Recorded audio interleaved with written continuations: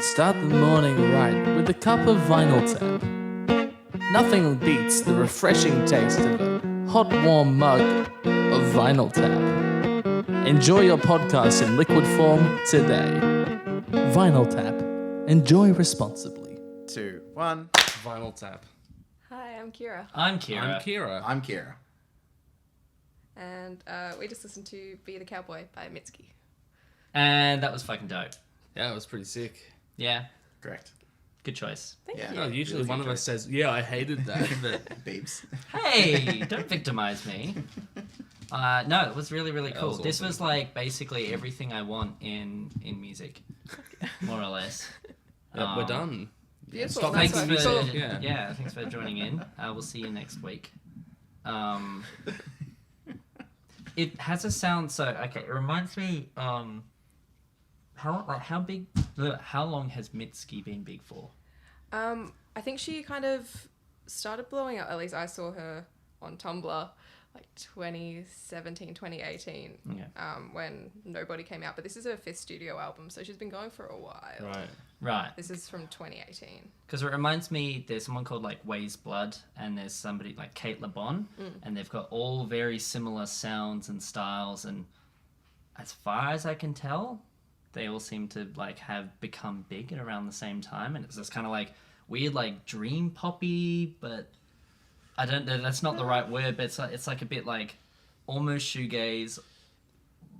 Really I'm not getting like that. shoegaze from I this definitely at all. understand the word dream being thrown around here. Yeah, I don't know Makes how sense. to how to define it necessarily because it's so like open and spacey, but then also Yeah. Can I not. pause it? No? Okay. I'm going to anyway. It's this weird lo-fi versus hi-fi thing kind of going on.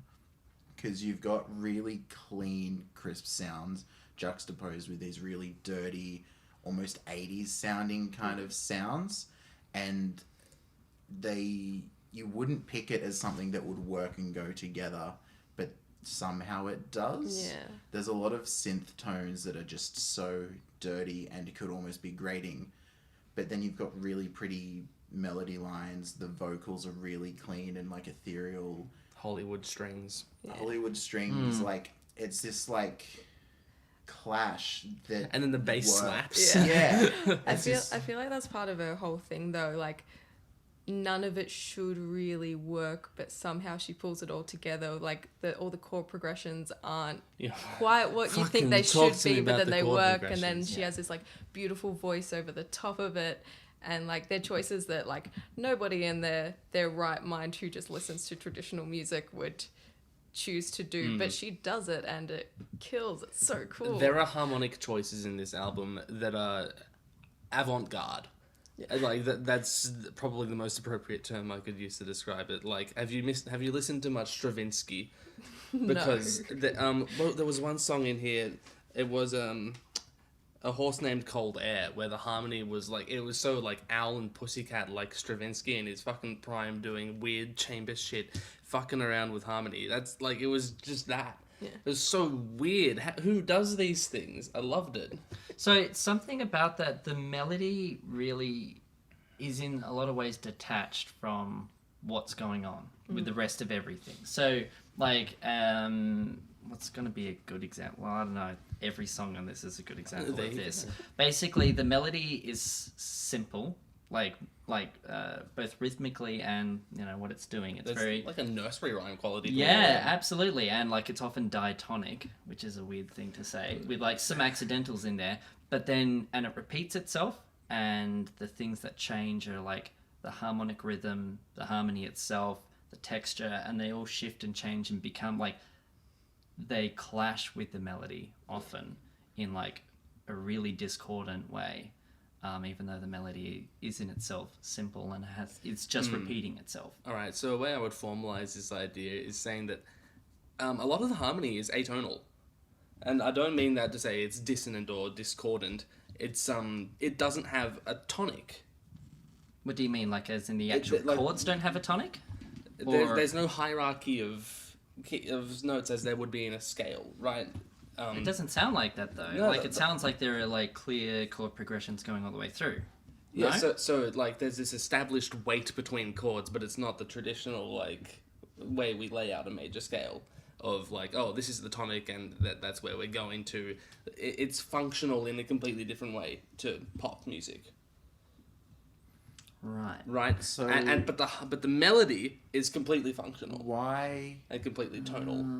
Because I could be wrong here, but with the chord progressions, it felt like they were playing on expectations of where they were going to go and then going somewhere else. Like they had this familiarity to them, but then it was like twisted in some way. Subverting your expectations. Kind of. Yeah. But it in a way that didn't piss you off. Yeah, Yeah. you weren't like mad about it. You're Yeah, like, oh, interesting.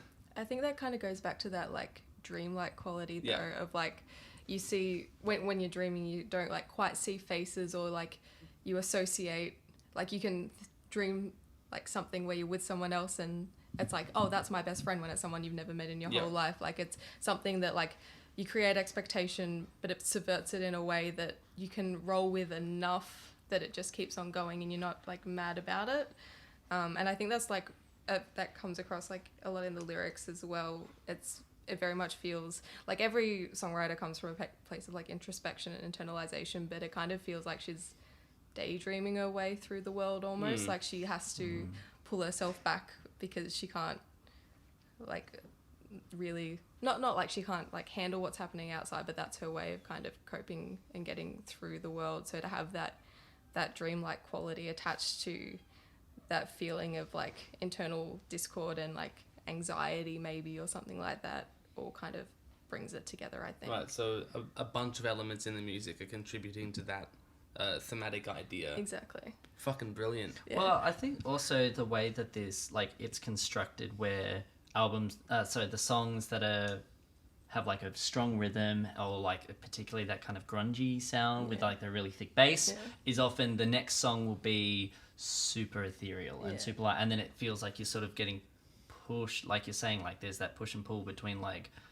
the dream space and then kind of like reality. a grungy whatever dirty reality. And there's also a lot of that even just within songs. Like you find that with Nobody does it, Blue Light does it, where it starts really like grounded and like fun and groovy and like somewhat traditional, and then it flows into that ethereal space where it's like she's like in a room and in a conversation, and then she just kind of mentally leaves it. It kind of gives that vibe. Yeah. You were like really having a tough time. You looked distraught. What was going on, Jason? there is so Are you okay? no, Okay. so many texture Glad we figured that changes like within songs, and not just to emphasize different sections, but within sections. And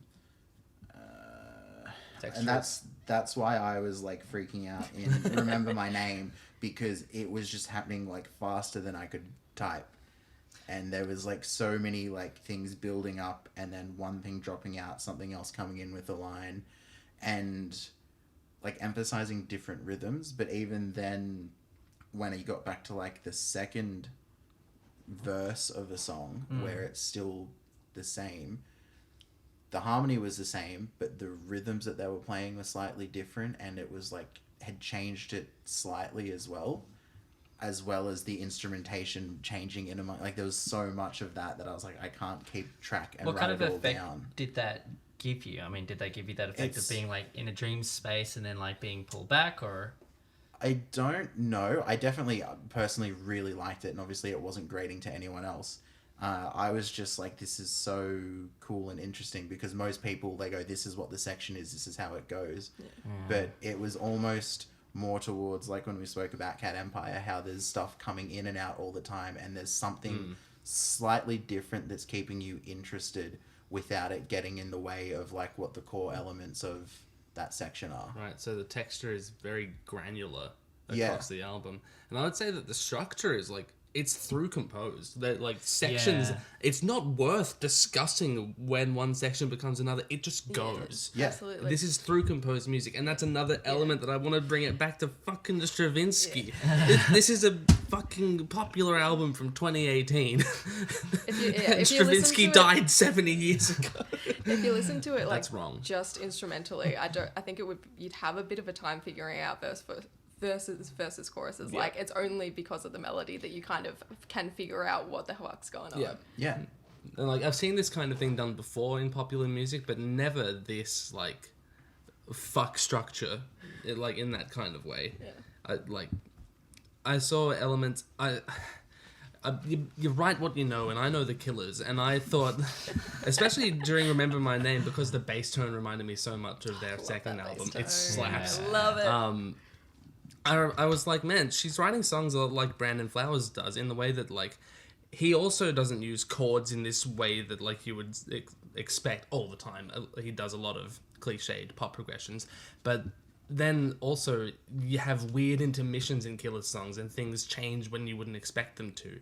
So that was interesting, man. With the bass fuck? tone. So the bass to me sounded like a real instrument.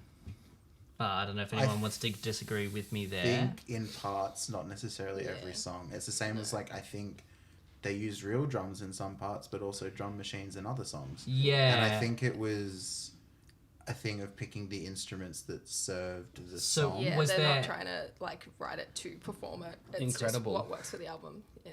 It's very compositionally considered. Everything's based around, well, it's like built with a sound in mind instead of built with musicians in mind. Yeah. Absolutely. Because I don't think there was a piano, like an acoustic piano. I don't think there was one. I think there was a couple of moments where 'Cause it they- could have been, but it could could have have just been- been a yeah, really sample, I'm pretty sure it was really good sampled because I sample. was hearing like the things that sort of I noticed where is it? Nobody. Yeah. The attack is exactly the same every time, and you can hear it in the sustain. Like the sustain of the notes gets cut completely. Doesn't mean it couldn't be a post-production thing. That would seem like a lot of effort, though. There's a lot of effort into this. If we're going to Yeah, talk true. production, we're going to jump to Blue Light. Because, my God, I'm not sure if it's a fade Alright, or nothing. if it's like I a don't low know. pass. Yeah. But, like, it starts off really clear and punchy, like where the cowbell is. And then, like, it just... The clearest like, punches the- instrument. Yeah, Yeah. it like cuts through, and then it's almost like this transition between you turn the fader down on the punchy rock side and turn the fader up on the ethereal side, and then there's this like crossover point, and the drums are still there and the bass is still there, just super low and washed out in the mix. And again, I don't know if it's like a volume thing or a panning or a low. I couldn't place it. Yeah, I'm But not sure. It just it just shifts, and you've got this big wash of the etherealness, Right. with the like rhythm still happening, but like so subtly, Sounds like you need to listen to it with headphones.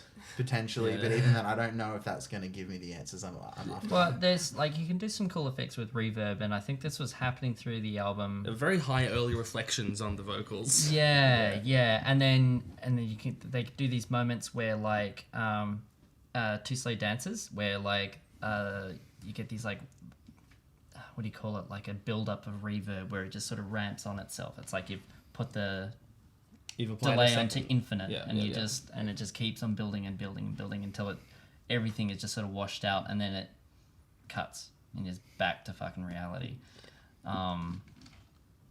which is really really fun. And that's the kind of feeling you can get when you're slow dancing with someone. Yeah, Like that- everything that just fits around you thematically, disappears, and then oh wait, we're in a fucking room. Yeah. There's Yeah. other Especially because like that one feels so special, but that starts with like the initial description in the start of the first verse is talking about how they're in a school gymnasium and everyone smells the same, like that core memory from childhood. So to go from like that like normal feeling to that like extreme ethereal being pulled out of yourself feeling and then back to reality, I think is a really cool like bookend to it. Even if it's not like lyrically bookended, it's emotionally and like, you know. Right, yeah. 'Cause totally. I didn't catch the lyrics, surprise. is this something that like you seem to know this album pretty well. Yeah. Like, is there a story being told through this, or? I think it's. I connect to this album a lot because it's a lot about like. At least to me, the bits that I pick up on are a lot about like relationships that don't quite happen or that like happen in your head. It's very like internalized. I don't know anything about that. Yeah. it like gets you. And like there's a bit of self-confidence in it, but I think it's a lot about, at least to me, it feels a lot about that like internalization of feelings, of kind of exploring them as much as you can mentally and then it not quite hitting in real life. And that's why I really like how it ends, that feeling where like you actually do kind of get a semblance of like the two slow lovers getting their moment, Right. because she doesn't really get that moment all the way through. Yeah, like I caught glimpses of like she talks about like kissing people or not kissing people, or like I like that. sort of... There's a bit in Nobody where just before the choruses, there's like a similar line in the first verse. It's give me one good honest kiss and I'll be all right, and then the second one is give me one good movie kiss and I'll be all right. So it's not like, do I actually want this connection, or do I just want this like feeling of romance that I don't think I'm getting? Of the connection. Exactly. Like it's that exploration. It's Lyrics. really cool. This is why we need to listen to lyrics. You should, Yeah, you should give it a go lyrics sometime. are really Try it out. good. It's pretty good. Lyrics are really hard to get on a first listen Yeah, through, though. that is true. Yeah. I feel like, I mean, I don't know about like all the albums you've listened to. You could probably say this about any of them, but like this is one where you need to listen to it a few times and just really just like let it wash over you and listen to the music and the lyrics. We've all in listened their to a different- lot of albums where we're completely happy listening to them just once. And never again, yeah. It's cool though that you mentioned, because like, yeah, you'd probably have to listen to it a few times to get the lyrics, although those lyrics that you mentioned in Nobody are actually like one of the very, very few lyrics that stood out in the whole thing, which I think it's cool that it sort of such a big moment was able to like given that space, I suppose. So you can still catch take that in, Yeah. We need to talk about Nobody in like every way. That was the first song of hers I heard, and it was, she performed it for Sirius FM, I think. Right. And she just did it entirely a cappella. It was just her, and she clicked through a few moments, but it was just her voice, and it was so good. And especially like I was surprised when I heard it properly, like how like groovy it was, because it was just like so like raw and emotional when it's This just is the melody. like a dreamy bossa nova from space. It's nuts. I mean, now that you've mentioned a cappella before we deep dive into Nobody, we haven't mentioned how good of a vocalist she actually is. She's beautiful. She's like got such an amazing tone, and like we're saying, how the vocals are somewhat disconnected from the harmony. Like being able to carry through a song where you're not having the harmony necessarily support you. Yeah. And, you know, sing the dissonant intervals is really, really cool. Yeah, and especially like that a cappella version of Nobody, with all the weird chord changes that you can't hear, and then that bit at the end where the rhythm changes, because it's like this like groovy kind of 70s tune most of the way through, and then there's like the ethereal thing over the top, but as they cross over, the rhythm changes, and like I could see it in your faces. You guys were so stoked about that, to kind of figure that out without having that beat behind you. Like she is obviously such a competent musician, as a singer, as a writer, as a composer. Like it's nuts what she can do. And she just sounds so pretty, and she looks so pretty, and it's all so good. I love her.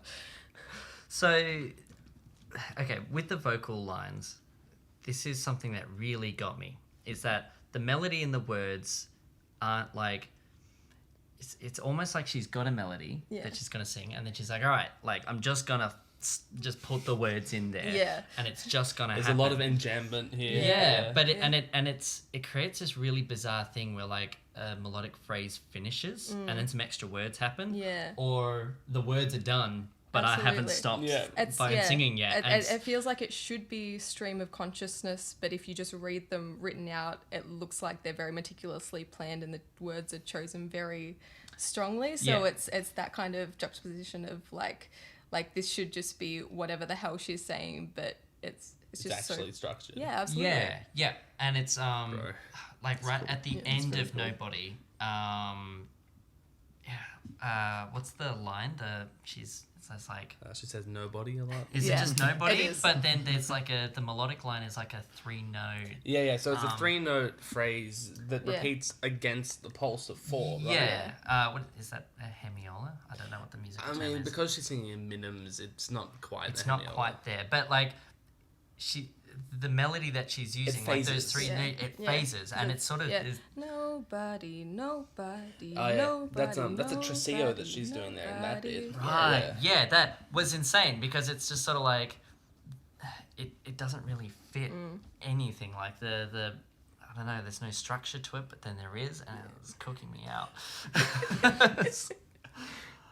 So that's my 2 cents for nobody. Yeah, there's a reason why that one was the one that really blew up first, I think. Yeah. Did they? I'm not sure if you'll have paid attention because they use texture to like slow, like very sparse. They gradually increase it and add, guitars and synths and whatnot. Strip it back. But there's a moment where I wasn't sure. Did they increase the harmonic rhythm at all in one part of it? In nobody. Yeah. Where? Sure. Like in the So- middle. so So like- that one, the long like intro bit where Yeah, where it's just like stepping these extended Yeah. chords down. And I think they're all stepwise. The root is always just moving one step at a time, which is cool. And it's always got these crazy extensions on. It feels like we're in F Lydian for that bit, but then when we get to the bossa nova, Yeah. it doubles in harmonic rhythm. Yeah, And we're like more solidly in a key, thank you. because the instruments themselves, like even just the way the drums were being used, were very sparse, and then it was a bit more rhythmically active, like not just the drums but the vocals and the pianos. And then as the texture like thickened and the song got more intense, everything was more rhythmically active, and so it just felt bigger and more chaotic. And I think there was a moment in this where they did strip it back to like being thin again before going back to being really big again. And I know combining texture with like the activeness of rhythm. How am I trying to say that?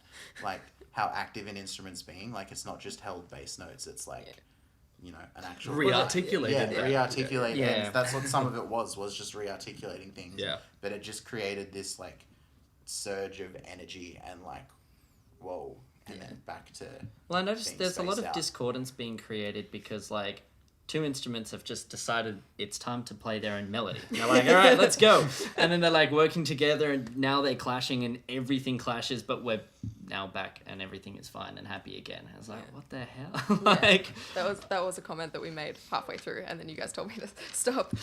But like how she creates like this dissonance, and it does eventually resolve, but it's never like, all right, and this chord and resolution. Oh wait, it didn't. Oh wait, yeah. Yeah, resolutions There it are is. always delayed. Yeah. Gratification in this album is always like obscured in some sense. and that adds thematically Yeah. because she doesn't always get what she wants and what she's. Oh, so cool. It's all right. It's all right. So the polyphony that like comes out of 2 instruments working together, that's Bach shit right there. And then when they come back together for a satisfying like unity, that's also Bach shit. So I need that on a t-shirt. but That's it- Bach that's shit. Bach shit right there. But it's not. It's Merch in description. It's not. That's It, a joke. it didn't necessarily feel like this is. I think what it gives it its ethereal quality, right? Is that it's not like okay, this is the beginning of the phrase, and we're gonna work through some dissonance to get to like the satisfactory like release, whatever. It's like, oh shit, there's dissonance now. Yep. Wait, where did it go? Yep. And it just like it kind of comes out and disappears, and Yep. it's a trip. I need to. It is a trip. So in a pearl, I said the chords. The Tim, chorus. what are they? Which one's the pearl? Is that like the Pearl's like my first? What number is it? 4th. Number 4. Oh my Yeah. god. Okay. Right. This is where I wrote down that cranking out the neo-Riemannian analysis would be useful here because there's a lot of like The what? I know, For those right? of people like There's like I'm a little. not like So, musically there's- academic at all. I have no idea what's going There's on. this model of analyzing harmony where like all the chords are on this lattice and they're related to each other in some way through the common tones. Triangles. So C chord, C, E, G, but then you can have... So every chord that has an E in it is like touching it here. Yeah, okay. Yeah. Okay, yeah. And so you can see how things interact with each other on a harmonic level visually. So you can Yeah. reduce music down to triangles. Yeah, absolutely. Yeah. Well, harmony. The Illuminati Yeah. can really just touch The everything. point is, can't they? you can glean something from analyzing harmony through common tones. Okay? Okay. Okay. And, So this is what you did here. Well, I didn't also, can we actually. just pause for 2 seconds? For people who don't know, common tones are just when you have the same note in both chords. yeah, Right. Cool. but the other notes change. Yeah. Otherwise, it wouldn't be a different chord. That's what chords are. Yeah, I'm so... learning so much today. So basically, there's a flat 2 going on through this song. Look, there was so much going on. There's no way I could have written it down on the first listen. Which Cool. is why after we listened to the album and you were like, okay, does anyone need to listen through anything else? I'm like, the whole album 3 times. Yeah. And so there's not enough time. That's just going to be this month, is just this album. Like, Yeah. no Yeah. time for anything Yeah, else. yep. Come back next week when we analyze this album. Yeah, very romantic harmony going on here. I think mainly the thing that catches you is that flat 2. We're in kind of E major and there's an F chord. Okay. There you Because go. the melody, I think the melody was flat 6-5-1, Yeah. which was really, really fucking good. Dum. Yeah. Yeah. And then having that over, well, that was your job, but was super cool. It was like fucking wild. The other thing, sorry, I'm just gonna No continue worries. to.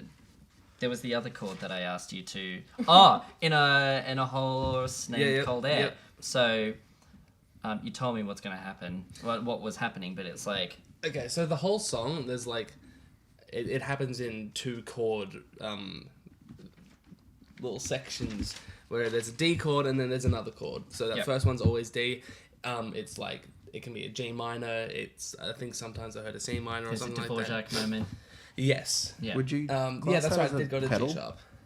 A No. pedal. No? No. Even though you're coming back to the D. Well, a pedal is something that continues, Yeah, but we go away from like the you're D. pedaling on it though, right? Because you're going back I and would have forth called it between a it. pedal. But you're For pedaling- those moments where it was like, Back and forth between D and something else. Isn't that pedaling Well, still? it's between D and another thing, which like it's a different thing.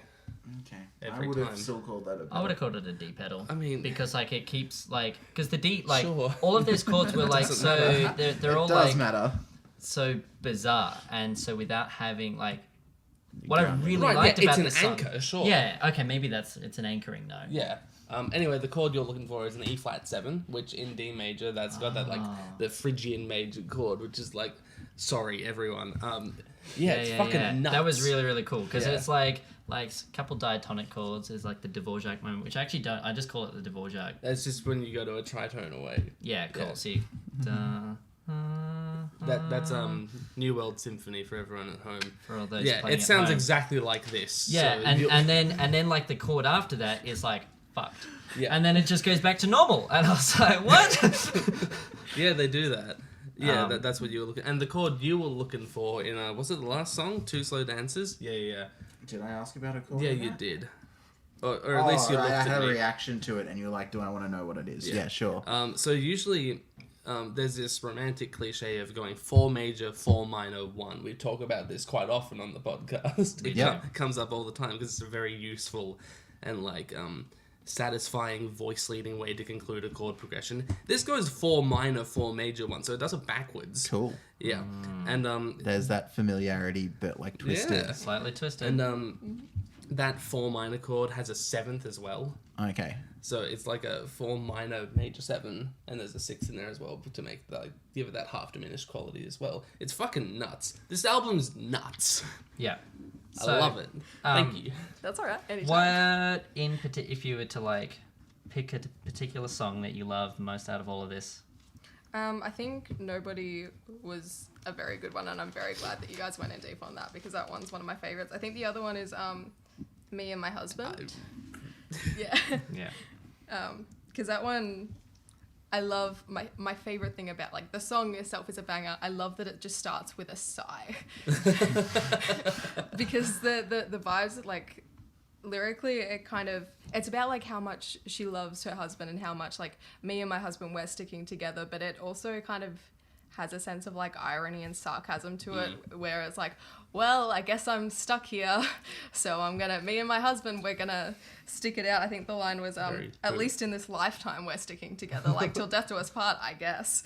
And that sigh at the start is just kind of a, all right, got to play this part, let's go. Again, musically, there's the really cool thing of call and response for the most of it between like the bass and the piano. They're like not together, and then for that like one moment in the chorus, they like do come together, and you get that huge effect. And that's It's a like- lot with the lyrics as well. Is it's a lot of like, I don't want to be here. I don't want to do this. Oh, he just walked into the room. I'm so happy to be here. And that kind of back and forth, feeling wise, works back and forth with the music. Yeah. Yeah. Nice. It gave me a sense of the Beatles When I'm 64. It had that because it has that same rhythm, the doom, doom, like It's also got the 1, 4, 2, 5. yeah. Boomer moment. Yeah, I like that. Do you have a favorite? Favorite? I think actually, yeah, my favorite would have been Me and My Husband.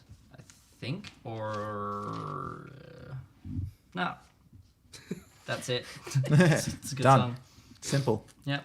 Yeah, same two were highlights for me, my husband, and Nobody. And also, I really did like Two Slow Dances. That was Yeah. a great way to end it. Beautiful. Yeah. Shout out to Nobody, and shout out to My homies. Yeah, my homies. Shout out to Blue Light for the cowbell as well, and the weird production on that. But just the textural stuff in Remember My Name is not going to surprise anyone that's my favorite. So predictable. Yeah, I am. What of it? Click above to find out what else we've listened to this month. Click below to support the artist we just listened to. And don't forget to subscribe so you don't miss our next episode.